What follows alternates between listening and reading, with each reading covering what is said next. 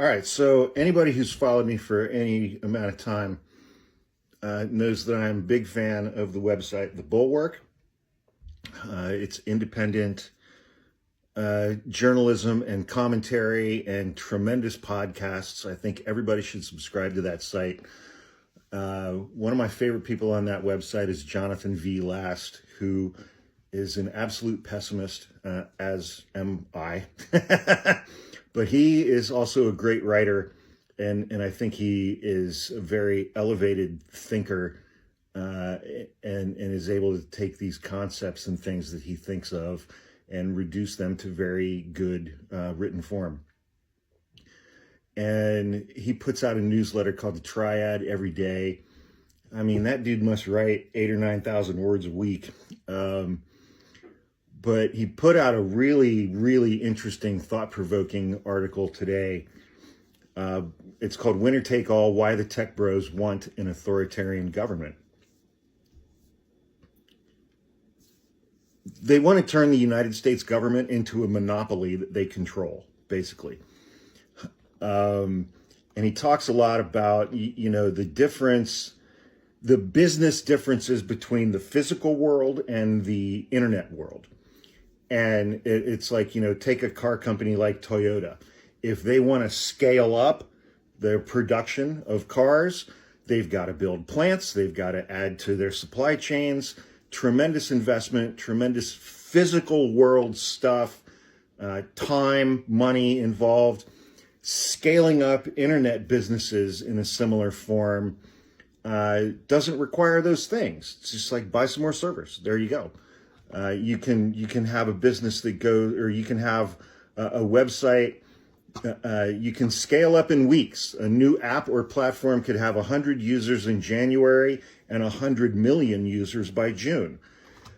And so thinking about these tech bros and thinking about that kind of a framework.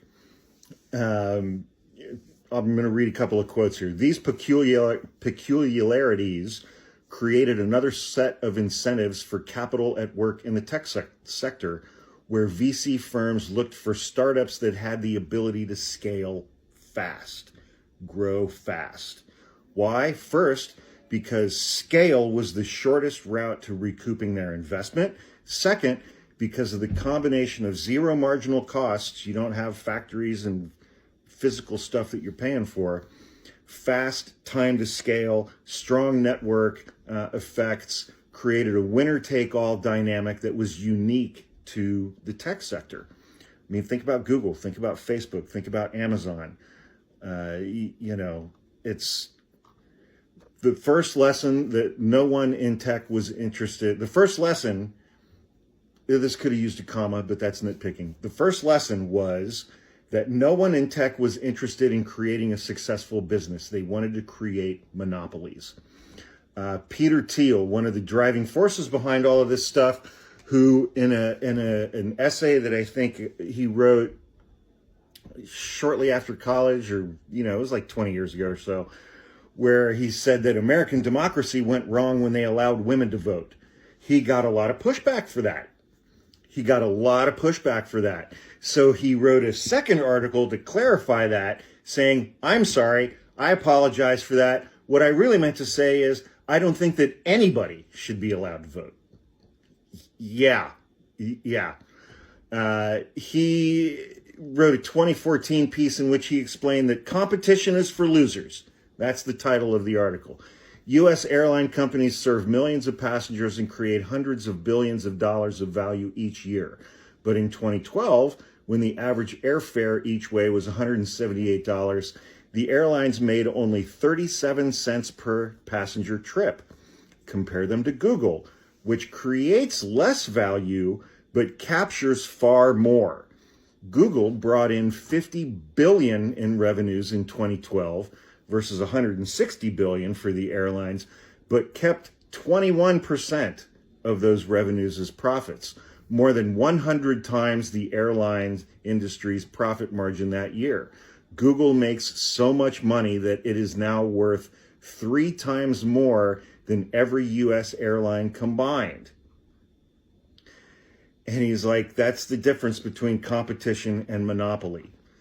And what, so it's like, what, because of the scalability and when one hits, you can create a monopoly.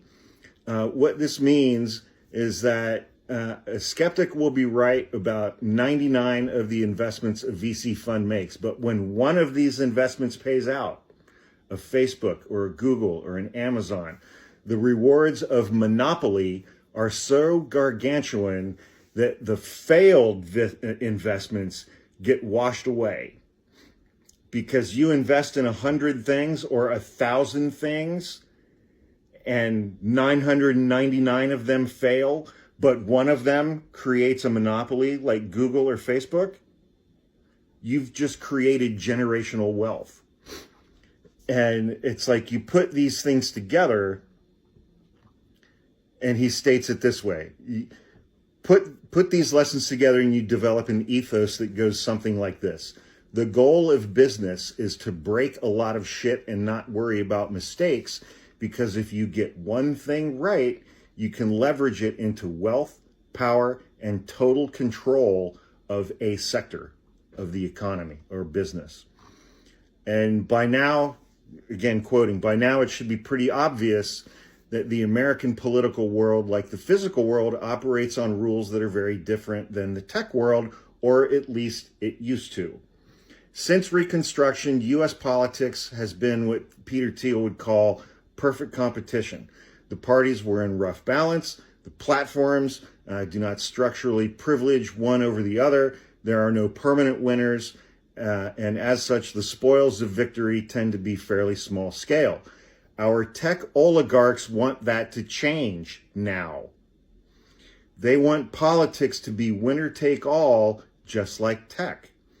And that is why Musk and Thiel and Zuckerberg and Bezos and the CEO from Google and Mark Andreessen and a bunch of others, David Sachs, all threw in with Trump. They saw an opportunity to transform American politics from a competitive market to a monopoly from which they could extract enormous value. Yeah, as if they don't have enough. They want more. They want everything that every single one of us has. And Elon Musk is taking that now. So that's right. Say it with me. That's right. Fuck Elon Musk and fuck Mark Zuckerberg and all these other chuds. And really fuck Peter Thiel. Jesus Christ. Which reminds me, Jesus Christ. If you like this t-shirt, you can get it at hawkmerchstore.com. I know it just looks like it just says Jesus, but wait, it comes with a little bonus.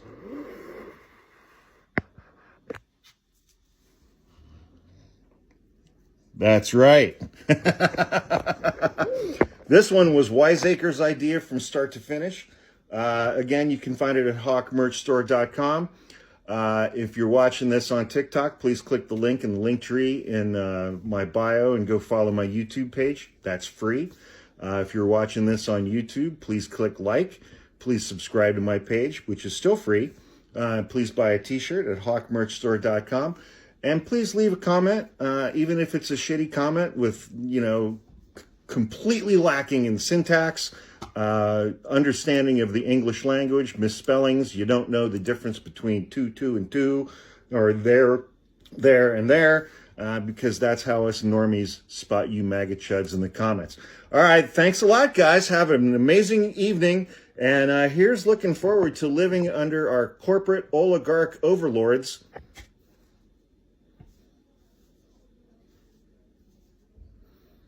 Where's my Second Amendment crowd in response to these guys?